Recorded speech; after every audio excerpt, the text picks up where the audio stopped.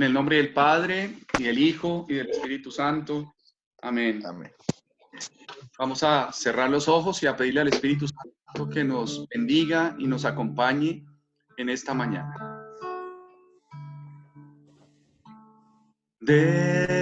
Descienda del cielo el amor en lenguas de fuego.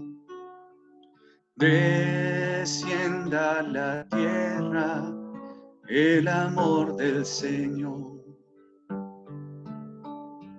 Descienda del cielo el amor en lenguas de fuego.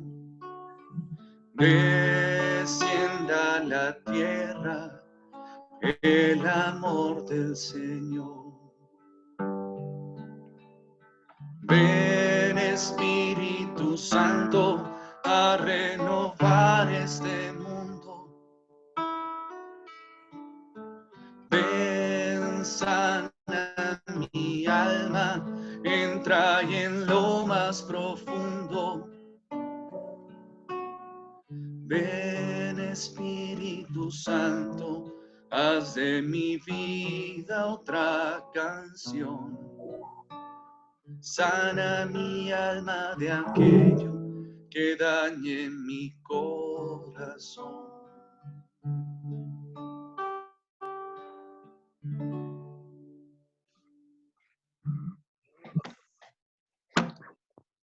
Le pedimos a la Virgencita que estuvo acompañando a los discípulos en el Pentecostés, que nos acompañe en esta charla que vamos a tener en esta mañana. Ven Espíritu Santo, ven por medio de poderosa intercesión del Inmaculado Corazón, ilumínanos y santifícanos. Amén. Amén. Bueno, buenos días. Voy a empezar esta charlita, es una charla muy sencilla. Después vamos a tener preguntas abiertas, como lo tuvimos en la primera charla mariana. Voy a empezar esta charla mostrándoles una reliquia. Yo tengo en este relicario, que les voy a mostrar en este momento, en este relicario, ¿sí? Yo tengo un guante. Lo voy a quitar de acá. Tengo un guante. Ese guante a un joven campesino que murió hace un poco más de 15 años, que se llamaba, él se llamaba Roque. Y Roque era un niño analfabeta, entró a un seminario en Restrepo Meta, quería hacerse sacerdote y no pudo porque no tenía el bachillerato. Entonces pidió que lo dejaran quedarse en ese seminario y que lo dejaran servir dentro de ese lugar. Entonces, Roque mientras fue preparándose para sacar su bachillerato a ver si lograba hacerse sacerdote. Y él empieza a tener una experiencia que son las locuciones interiores, empieza a sentir que nuestro Señor le dice que quiere que se dé todo, que se dé todo por él. Y cariñosamente el Señor le decía, mi trapito, mi trapito. Bueno, pasa el tiempo y Roque se dedica a los quehaceres más humildes del seminario. Lavaba baños, trapeaba la casa y hacía cosas por el estilo, cosas muy humildes, muy sencillas. Arreglaba la verdura, etc. Y también participaba en las ceremonias de la comunidad, obviamente. Pero no era tenido en cuenta para que llegara a ser sacerdote. Un día, Roque termina las labores de la cocina, se va ante el sagrario, tenían el Santísimo en 2 lugares, dispuesto en 2 lugares de la casa, y lo invitan, él siente que el Señor lo llama a orar, y él empieza a orar, y empieza a salir un resplandor del sagrario. Estamos hablando de esto hace 20 y tanto de años, unos 22 años le pasa esto a Roque, y sale Jesús del sagrario, salen unos rayos, y Roque, un jovencito que no tenía más de 24 años, quedó atravesado por las llagas de Jesús. Esto que les acabo de mostrar que tengo guardado en ese relicario es un guante de Roque, a quien tuve la gracia de conocer y acompañar a sufrir la pasión. Con respeto, esto no lo había hecho sino una vez. Me va a poner el guante. Él vivía con estos guantecitos puestos en sus manos, ¿sí? Tapando sus heridas. Este es un guantecito de Roque, divino.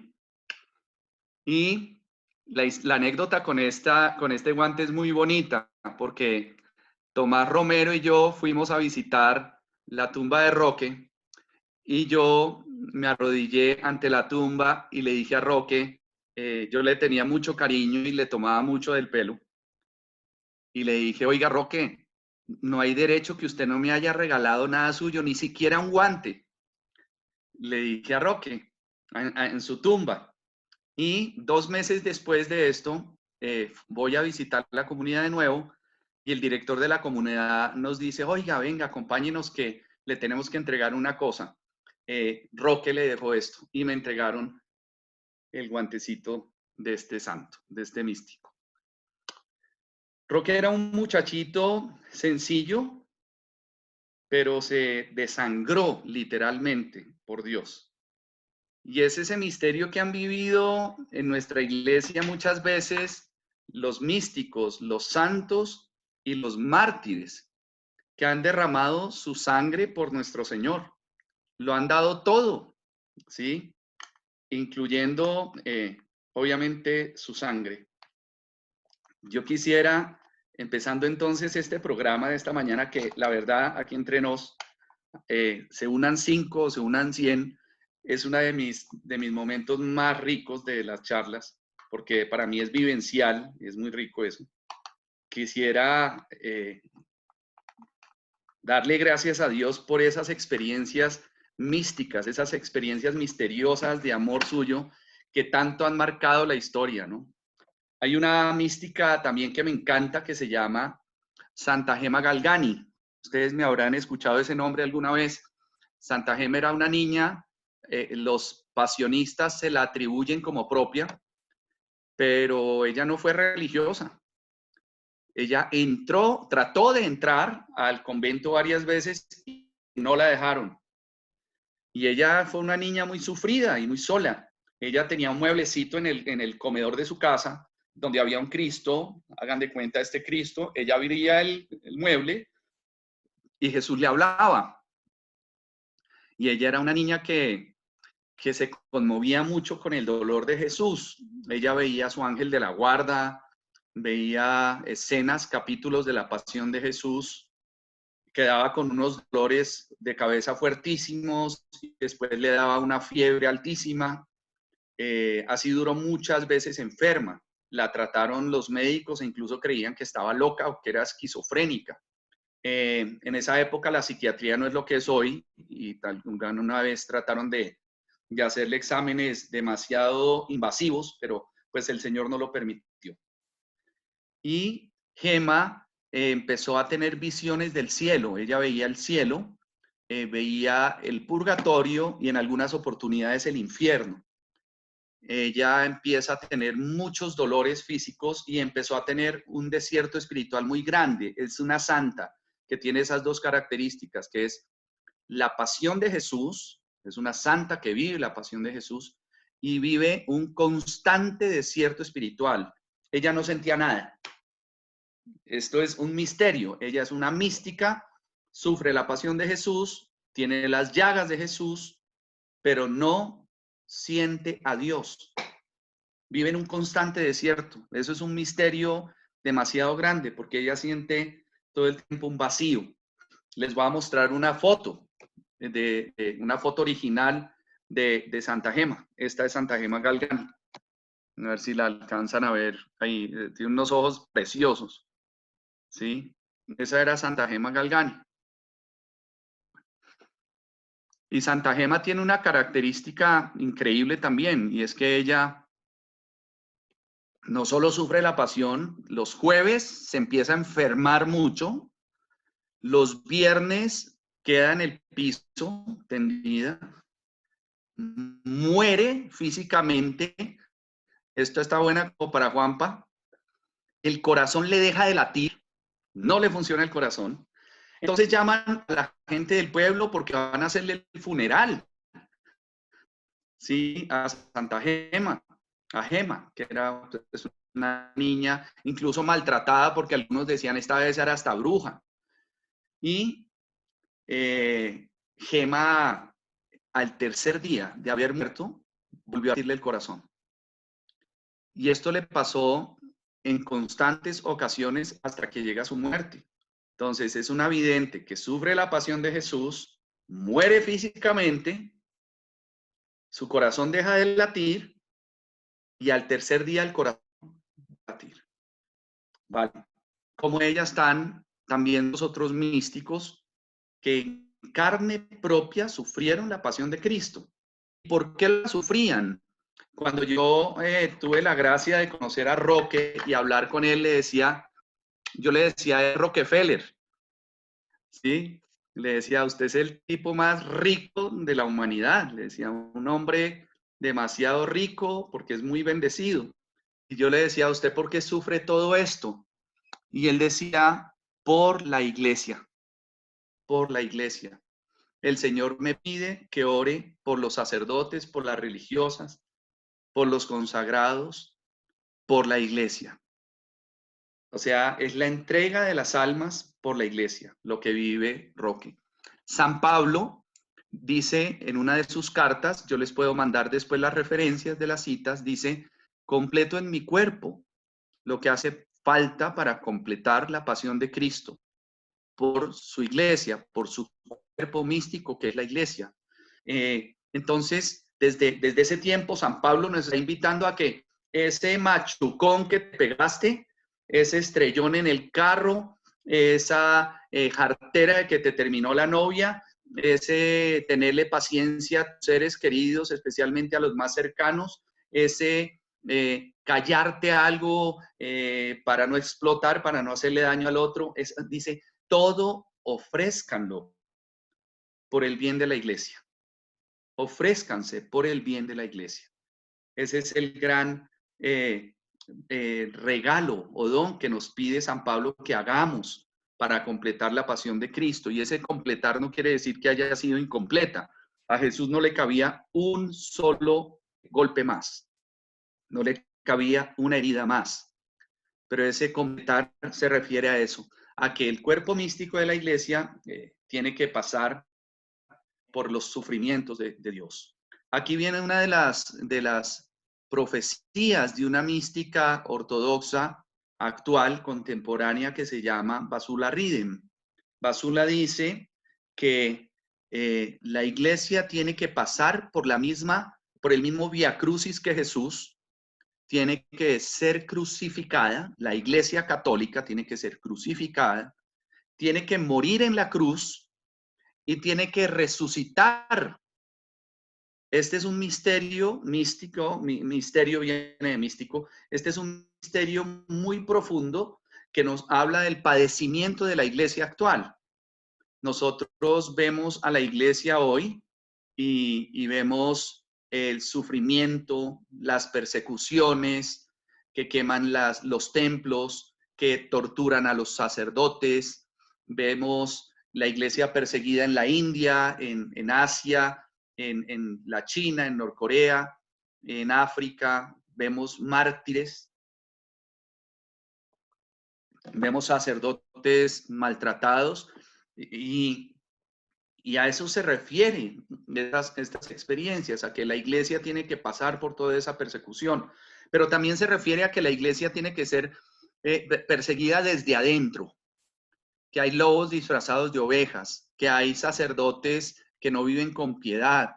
La Virgen en la Salette, en las apariciones en Francia, en la época del santo cura de Ars, le llamaba esto, le llamaba cloacas de impureza. O sea, hablaba del sacerdote pederastra, del sacerdote escandaloso, del que no revisaba su alma, el sacerdote que no vivía con piedad su sacerdocio, que no les gustaba impartir los sacramentos, administrarlos, etcétera.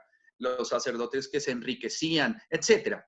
Bueno, entonces, ese padecimiento de la iglesia tiene que ver con las dos cosas, con el sufrimiento de la persecución, pero también con el sufrimiento que padece la iglesia por los malos pastores. Y obviamente nos tenemos que meter en la jugada como los malos laicos, ¿sí? También el escándalo de los laicos, el escándalo del laico que va a misa el domingo bracicruzado, no se confiesa, no comulga, no ora, a veces va a misa, a veces no va, comulga si se le da la gana, a veces no comulga, se burla incluso de las cosas de Dios, persigue a la iglesia, persigue a los sacerdotes, se burla del Papa, lo persigue. Hoy en día hay tantos movimientos que se dicen iglesia y no hablan ni siquiera del Papa Francisco, sino dicen Bergoglio dijo, Bergoglio tal, Bergoglio se cree tal cosa. Entonces, esa es esa iglesia herida desde dentro. Hubo un sacerdote que tuvo apariciones marianas muy famoso que se llama el padre Stefano Gobi, director del movimiento sacerdotal mariano, y habla aún de un escándalo mayor. Él habla de la iglesia traidora, es decir, sacerdotes seminaristas pagos por la masonería que se hacían sacerdotes para destruir a la iglesia desde dentro. Entonces existe la masonería inglesa, que es como muy polite, que es muy filantrópica, tipo Boy Scouts, Club de Leones, Rotarios, como que hacen mucha obra. Existe la francmasonería, que son estos masones que su meta principal es destruir a la Iglesia Católica. Sí, eso viene muy de la Revolución Francesa, de mano de la Revolución Francesa. Y existe la masonería eclesiástica, que es la que uno diría, esto no puede ser verdad, que es esa masonería de los sacerdotes o muchachos formados en el sacerdocio para destruir a la iglesia desde su seno, desde adentro. ¿A qué se dedican? A crear falsas teologías, imagínense, teologías racionalistas que niegan la resurrección de Jesús. Son estos mismos personajes que muchas veces hacen películas que dicen que María Magdalena y Jesús eran amantes, que Jesús no está en la Eucaristía, que los dogmas son un cuento, una leyenda.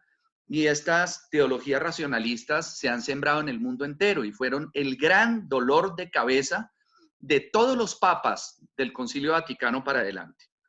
Desde Juan XXIII, que sufrió tanto con eso, de Pablo VI, Juan Pablo II, primero, segundo, Benedicto XVI y Francisco. Ha sido el gran dolor de cabeza de la iglesia. Son las falsas teologías, que lo que hacen es dañar el corazón de la gente. Imagínense un sacerdote un domingo haciendo una homilía y en la homilía diciendo que no tiene nada de raro que Jesús tuviera un amante. Imagínense que eso lo llega una feligresía de 500,000 personas. O sea, eso va haciendo herida, ¿sí? Va haciendo herida en el corazón del pueblo, va escandalizando. El que diga, no, esto no es la Eucaristía, esto es una oblea.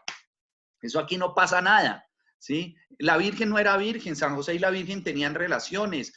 Bueno, todo el que viene con ese tipo de escándalos y de cosas por el estilo, pues daña a la iglesia desde dentro. Ahora, Jesús advirtió que el fuego del infierno no prevalecería sobre su casa, sobre la iglesia. Entonces, nosotros bajo esa consigna y esa promesa sabemos que Dios no permitirá que ese fuego del infierno dañe a la iglesia.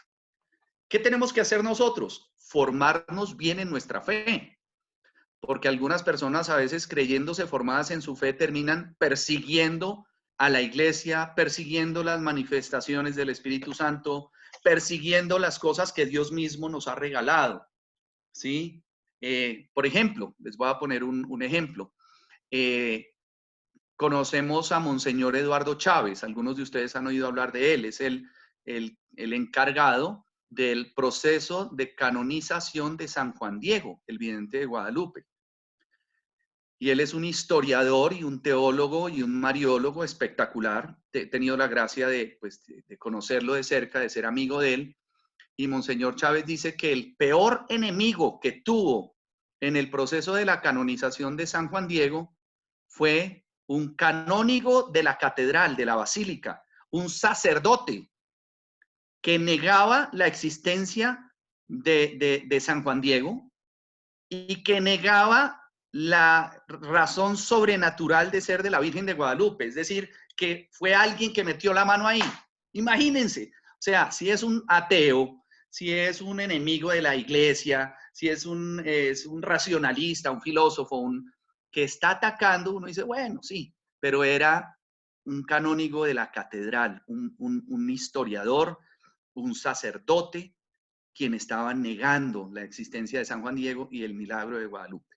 Entonces, a eso es a lo que me refiero para hacerles el resumen de esto. Entonces, es muy doloroso cuando los lobos atacan a las ovejas, pero más doloroso cuando los lobos se disfrazan de ovejas y dispersan a las ovejas. Entonces, Roque, específicamente Roque, San Pablo, los grandes místicos como el Padre Pío de Pietrelcina, Santa Gema, Marta Robán, Santa Brígida de Suecia, Santa Rita de Casia, y como ellos muchos místicos, santas y santos a través de toda la historia han llevado impresas las llagas de Cristo. ¿Para qué?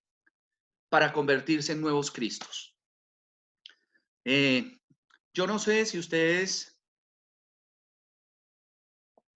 tuvieron la oportunidad de ver la película de Corazón Valiente, Mel Gibson, Braveheart, si tuvieron la oportunidad de verla. Si ustedes vieron esa película, si ustedes vieron Gladiador, vieron la película Gladiador, que también es excelente película. Si ustedes vieron, bueno, incluso algunas escenas de películas comunes, es a eso a lo que me refiero. Por ejemplo, Avengers, sí, hay una escena en la que Black Widow, no sé si ese es el nombre, una de las heroínas, se ofrece, ¿sí? Ofrece su vida, ¿sí? Y la matan, ¿sí? Es el espíritu de la muerte para entregarles una de las gemas. Tiene que haber un mártir y ella se ofrece a cambio de su compañero, de otro superhéroe, y muere. Entonces, el gladiador que tiene de específico, lo mismo, es ese héroe que entrega la vida, ¿sí? Por defender, por ser, es una acción heroica. ¿Qué pasa con Mel Gibson? Lo mismo en Braveheart, en esta película de Corazón Valiente, que es el tipo que entrega la vida por su esposa, la vida por su sangre, por su pueblo. Y uno ve esas películas y dice, esta es la historia más espectacular que he oído. Esta es una historia de una entrega de un amor impresionante, ¿cierto? Bueno, ¿a qué voy con eso? A que la historia de amor más grande que se ha podido contar, a la historia de amor más impresionante y más impactante y más trascendente, es la historia del Tríduo Pascual. ¿Sí? La historia de amor más tierna, la historia de amor, la entrega más espectacular, es la entrega de Jesús en la cruz. Imagínense, yo les decía en la última charla que tuvimos que el profeta Isaías, 700 años antes, había hablado de la pasión que sufriría el Mesías. Jesús sabía lo que él tenía que padecer.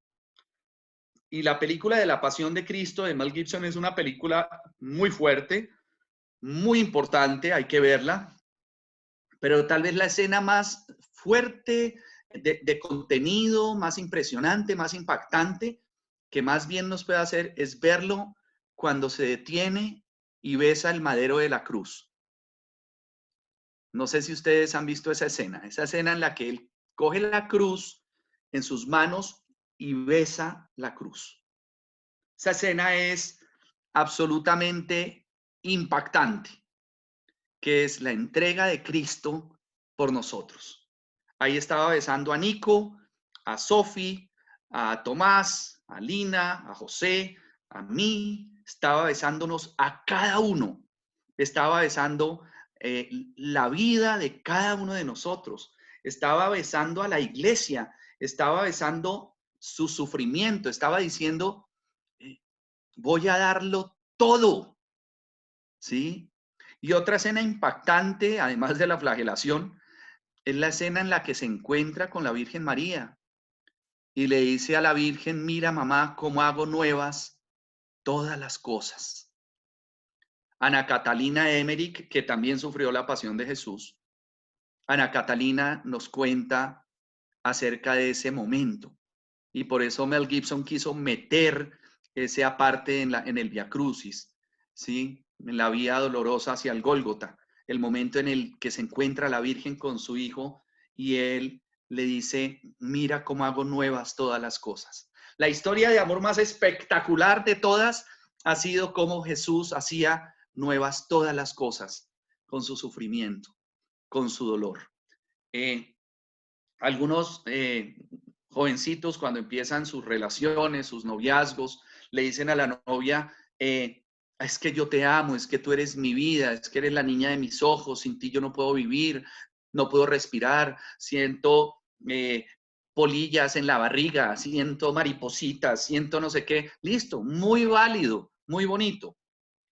Pero el amor más trascendente, digamos, en la relación, y esto lo habla la teología del cuerpo, que es espectacular, y vamos a tener tiempo en alguna oportunidad de tener una charla de teología del cuerpo, es la relación íntima entre el esposo y la esposa, y cómo ese amor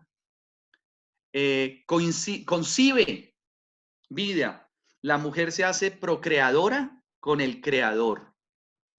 Y viene con este acto de procreación el dolor de cargar con un bulto en la barriga durante 9 meses, los dolores de espalda, las náuseas, las depresiones, los cambios hormonales, para que al 9º mes venga el dolor máximo, ¿sí? El dolor de la muerte, porque la mamá experimenta la muerte y después el gozo, la alegría del dolor de la vida. Es el dolor que da frutos, es el dolor que da vida. Después vendrá con todo esto la depresión preparto y la depresión posparto, los dolores, la recuperación, los dolores en los senos de tener que lactar a un bebé, a veces las grietas, las heridas, o sea, es un dolor de verdad, verdad, en el cual nosotros nunca hemos sido lo suficientemente agradecidos, pero es ese dolor que acompaña, es una cruz de alegrías y dolores, son misterios de gozo y dolor que acompañan esos 9 meses y terminarán con el dolor máximo que dará el parto, el dar a luz. Ese es el dolor fructífero, el dolor que da vida. Es una historia de amor, el que cada uno de nosotros estemos hoy aquí contemplando o hablando de este tema. Estamos hablando de ese dolor que da vida. El dolor de esas películas que vemos que les hacía referencia, y como esas hay miles, del gladiador, del guerrero, del héroe, del que se entrega, del mártir. Es ese dolor que da vida por su pueblo. Son esos nuevos Cristos, son esas escenas en las cuales vemos un alma generosa que se entrega a los demás. Entonces, cuando una novia, un novio le dice a su novia, es que siento polillas en el estómago, maripositas, o es que no puedo dormir pensando en ti, o es que qué sería de mi vida sin ti, o es que etcétera, podríamos preguntarnos, ¿qué tanto está dispuesta esta persona a darlo todo por mí? ¿Sí? El amor, dice San Pablo, es benigno, el amor es paciente, el amor todo lo soporta, ¿sí? Pregúntenle a los esposos que estamos aquí representados si no nos toca soportar en el verdadero amor, en el matrimonio. El amor es tenernos paciencia, soportarnos, a veces decir, la quiero lanzar por el balcón, pero es que es mi esposa y nos ofrecimos amor eterno hasta que la muerte nos separe, ¿sí? Entonces, ¿por qué estoy contigo?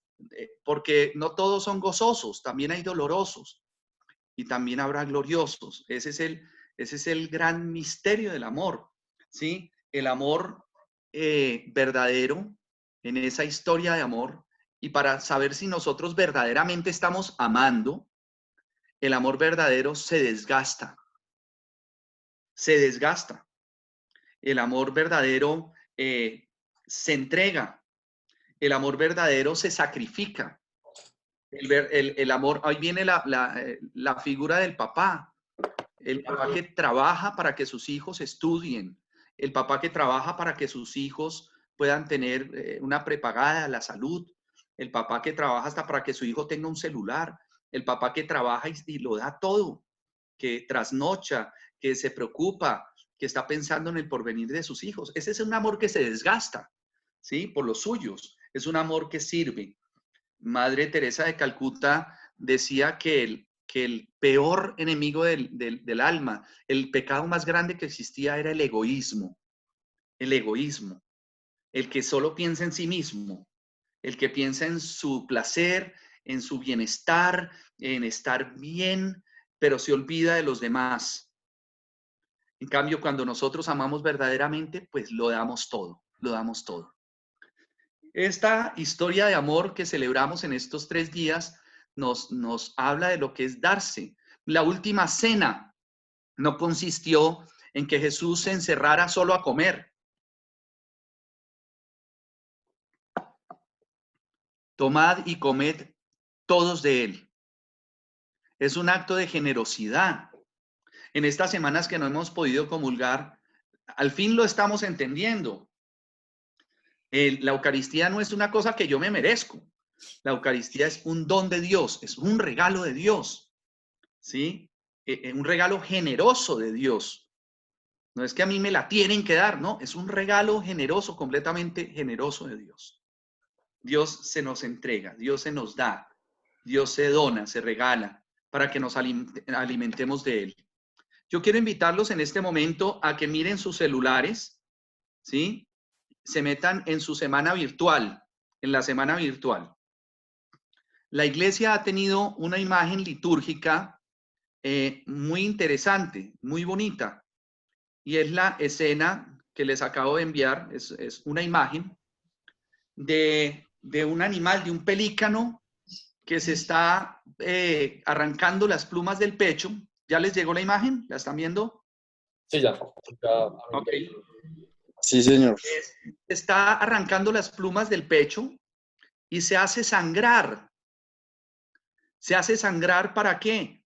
Para con su misma sangre alimentar a sus pollitos. A mí me encanta la naturaleza, toda la vida me ha gustado y esto a mí me parece una figura tan hermosa de lo que es verdaderamente ese amor que lo da todo. Les voy a mostrar la imagen litúrgica de la iglesia, es esa. Aparece en catedrales, aparece en vitrales, en ornamentos litúrgicos. Ustedes muchas veces van a ver esa imagen y es la imagen de ese pelícano que se hace sangrar a sí mismo para darle de comer a sus pollitos. Y hay otra imagen que es bien bonita también y es bien impactante. No vamos a entrar en el misterio de la ornitología, de la biología, pero les estoy mandando en este momento una escena que necesito que la acerquen, ¿sí? Pareciera que un flamingo le está pegando en la cabeza a una hembra, pero si ustedes acercan bien la imagen, van a ver lo que está pasando realmente. Uf, ¿Sí? impresionante. Están Uf. una pareja flamingos están alimentando a su bebé. No, pues sí. ¿Sí la ven? Sí, wow. Ok. Impresionante. Esa es la iglesia. Ese es Jesús. Ese es Jesús. Como hay varios ejemplos en la naturaleza y son ejemplos muy fuertes, ¿sí? Y muy lindos, ¿sí? De ese Jesús que se deja romper el corazón, ¿sí? Que se rompe el corazón porque a él no le quitan la vida. Y él mismo lo dice, a mí nadie me quita la vida, yo doy la vida, ¿sí?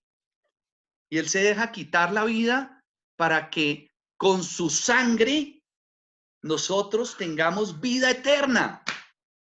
Es la historia de amor más espectacular que puede existir. Es la historia, por eso digo, se compara, la redención se compara con la maternidad. Ustedes, los que están viendo este programa, algún día tuvieron un cordón umbilical y se alimentaban de la sangre de su mamá, de la sangre de mamá. También nosotros nos alimentamos de la sangre de nuestra mamá iglesia, de la Santa Madre Iglesia.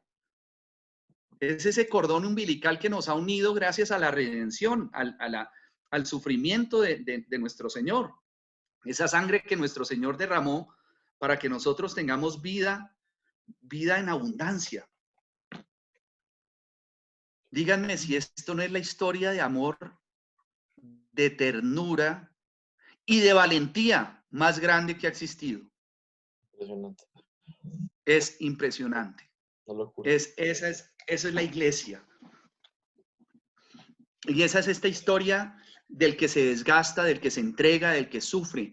Y esto no es solo para el estigmatizado, esto no es solo para esas excepciones que hay en la historia en la que Dios nos recuerda que sí, que es cierta su pasión y Dios permite que algunas almas víctimas tengan sus estigmas, sino esto eres tú también, que también tienes los tuyos, no solo cargando con con esas gracias que ofreces al Señor y esos talentos, sino incluso con el estigma del pecado.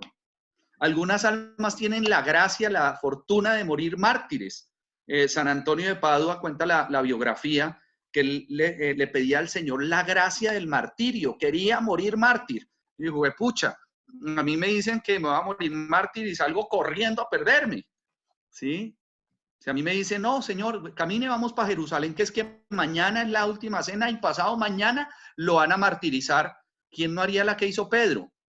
Señor, cojamos para el otro lado. Y nuestro Señor, después de haberle dicho que él era roca, que él era piedra, Cefas, ¿sí? Que sobre esa piedra construiría su casa, le dice, apártate de mí, Satanás, porque piensas como hombre y no piensas como Dios. Nosotros le tenemos culillo, pavor al sufrimiento. Queremos coger para otro lado, pero Dios en su infinito amor prefirió ir y ansiaba el sufrimiento, pero no el sufrimiento porque sí, porque él no era ningún masoquista. Ansiaba besar la cruz, ansiaba ser crucificado, ansiaba ser atravesado con una lanza, porque cuando ese pelícano fuera atravesado, le daría de comer a sus pollitos, que éramos nosotros. Mis hermanitos, mis niños y niñas, no hay amor más grande que el que da la vida por sus amigos. No hay amor más grande. No existe amor más grande que el que tuvo Dios cuando se murió por Aleja, por Santiago, por Valerie, por Tomás, por Joselina, por Sofi, Juan, Panico. No hay amor más grande que el amor de Jesús por cada uno de nosotros. Es la historia de ternura más grande que existe. ¿Sí? La historia más tierna, la más poética, la más heroica, la historia perfecta de amor y ternura es la historia de Jesús. Este triduo pascual nos ayuda a recordar con inmenso amor y gratitud la historia de amor que nos abrió las puertas del cielo. Dios los bendiga.